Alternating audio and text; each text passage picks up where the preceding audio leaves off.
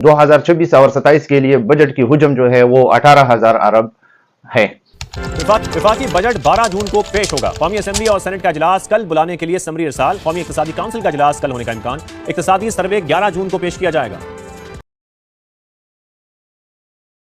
مختلف جو ذرائع ہیں ان کو ہم بیان کرتے ہیں، اور بجٹ کا جو تقسیم ہے، اور بجٹ ہر جون جولائی میں اس کو پیش کیا جاتا ہے، بلکہ جولائی سے پہلے اس کو پیش کرنا ہوتا ہے تاکہ آنے والے جو شعبے ہیں اور امور ہیں ان کو بخوبی سر انجام دے سکے۔ آئیے اس چارٹ پر چلتے ہیں۔ بجٹ 2026 اور 27 بجٹ کے ذرائع کیا ہے؟ سب سے پہلے مختصراً میں اس کے ذرائع بیان کروں گا۔ نمبر 1، ٹیکس آمدنی۔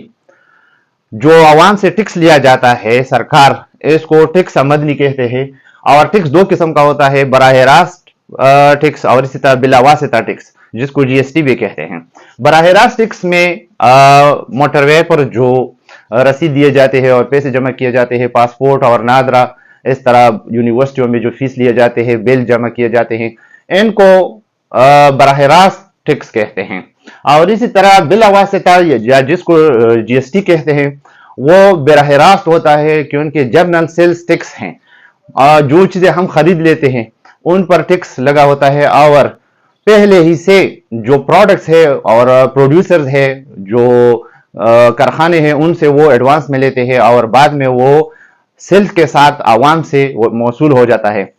اس کی مثال ایک کارڈ کی ہے۔ موبائل کارڈ جو ہے وہ ہم 110 روپے پہ لیتے ہیں یا 100 روپے پہ لیتے ہیں، اور اس میں جو پیسے ہمیں موصول ہوتی ہے موبائل میں وہ تقریباً 70 یا 65 روپے ہوتے ہیں۔ اس کا مطلب یہ ہے کہ تقریباً 100 روپے پر وہ 35 روپے آپ سے ٹیکس لیتا ہے۔ یہ بات یاد رکھیں۔ نمبر 2 جو ہے خدمات اور اثاثوں کی آمدنی ہے۔ ہسپتال، اسکولوں اور اسی طرح جو حکومت یا سرکاری اثاثے ہیں اور جائیدادیں ہیں، ان میں وہ جو سروسز دیتے ہیں، وہ ہر جو نوکر بیٹھا ہوا ہے وہ آپ سے فیس لیتے ہیں، اور اسی طرح پیسے چارج ہوتے ہیں مختلف جگہوں پر آپ سے اثاثہ جات کی شکل میں جو فیس یا بل وصول کیے جاتے ہیں، ان کو خدمات اور اثاثوں کی آمدنی کہتے ہیں۔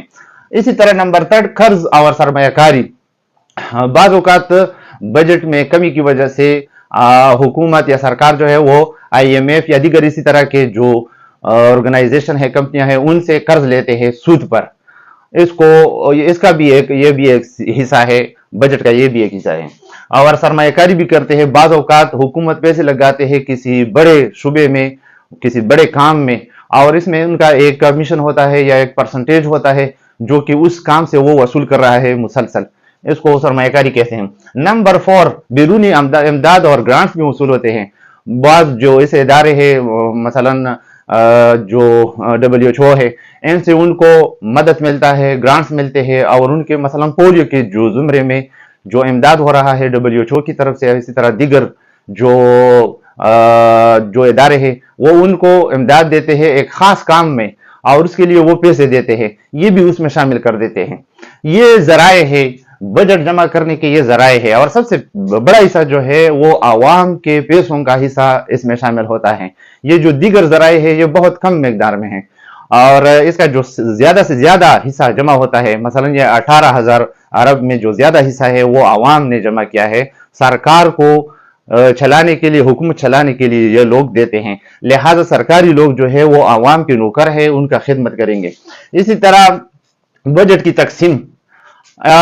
تقسیم کچھ اس طرح ہوتا ہے کہ ہم نے بڑی ترتیب سے اسے لکھے ہیں۔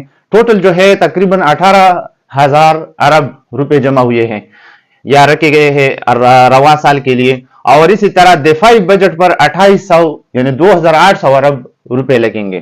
بقایا جو دیگر شعبے ہیں، مثلا تعلیم ہے، صحت ہے، زراعت ہے، صنعت ہے وغیرہ، اس طرح کے جو دیگر شعبے ہیں، ان پر یہ بقایا رقم تقسیم کیا جائے گا، اور بجٹ کا کچھ حصہ، مقررہ حصہ ان کو دیے جائیں گے۔ ان کا جو فیصد ہے اس میں اضافہ کیا گیا ہے۔ یہ جو دوسری بات ہے، تنخواہ اور پینشن میں بھی اضافے کا امکان ہے۔ تنخواہوں میں 10 سے 15% اضافے کا امکان ہے ان کے قول کے مطابق۔ اسی طرح پینشن میں 10 سے 12% اضافے کا امکان ہے۔ یہ تھا یہ جو آنے والا یا کچھ دنوں بعد پیش ہونے والا بجٹ ہے، اس کا ایک مختصر خلاصہ۔ اس کا دوسرا پارٹ میں دوبارہ آپ کو سامنے پیش کروں گا تفصیلی طور پر. یہ صرف آپ کو ایک اعلان یا ایک خبر کہ بجٹ پیش ہونے والا ہے اور سرکاری لوگ یا عوام اس کو سننے کے لیے اور اس کا تجزیہ کرنے کے لیے تیار رہیں کہ آپ کا پیسہ کہاں پر خرچ ہو رہا ہے.